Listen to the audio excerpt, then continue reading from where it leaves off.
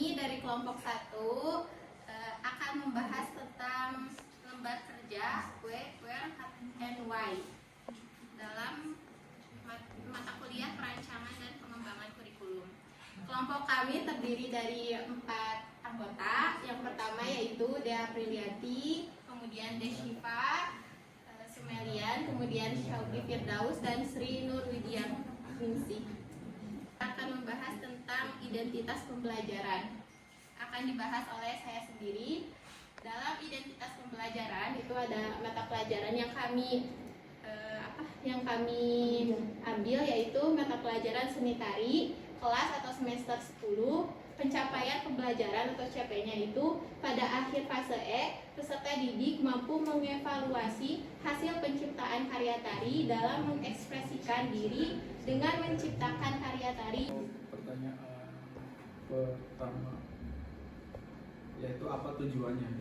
Jadi apa tujuan pembelajaran Anda? Nah, di sini melalui pembelajaran dengan metode cooperative learning, siswa mampu menyusun laporan tentang fungsi gerak tari secara kelompok dan terperinci. Dan ada beberapa bagian seperti audiensnya itu siswa, terus behaviornya itu menyusun, kondisinya itu kegiatan, dan degree-nya itu terperinci. Ada pertanyaan bagaimana posisi kemampuan peserta didik dilihat dari tujuan pembelajaran. Siswa dibentuk secara berkelompok dan diberikan kebebasan untuk mencari informasi tentang fungsi gerak tari. Kemudian data yang sudah terkumpul disusun dalam bentuk laporan secara terperinci sehingga hasil pekerjaan tersebut dapat dipahami oleh siswa untuk dipresentasikan di depan kelompok lainnya. Lalu laporan tersebut tuh dapat berupa PowerPoint, makalah, atau tulisan tangan, atau bisa mind map dan lainnya. Disesuaikan dengan kemampuan setiap kelompok belajar. Jadi siswa tuh dapat dibebaskan untuk hasil akhirnya.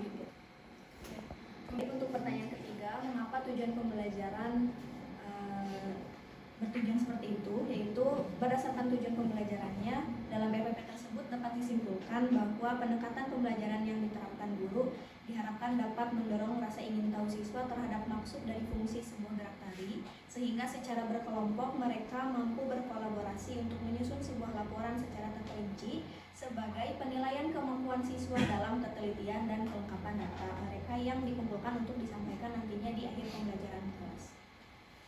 Penilaian dengan mengamati kegiatan peserta didik dalam melakukan sesuatu. Yang pertama yaitu butir tugas, mencari informasi tentang fungsi gerak tari, kemudian audio iringan musik, media atau sumber informasi data, kemudian rubrik penilaian, pengetahuan, pemahaman dari informasi yang didapat, keterampilan, produk yang dihasilkan atau laporan yang disusun, sikapnya yaitu interaksi atau cara peserta didik dalam berkolaborasi di kelas.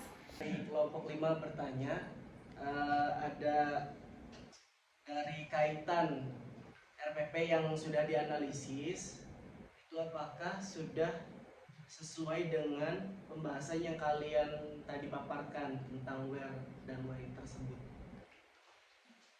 Ya, mungkin dari rekan-rekan yang lain ada yang mau jawab dulu. Jawabannya sih ini ya kan ya, dari RPP yang kami analisis itu apa yang kaitannya dengan where and why itu yang di sini gitu.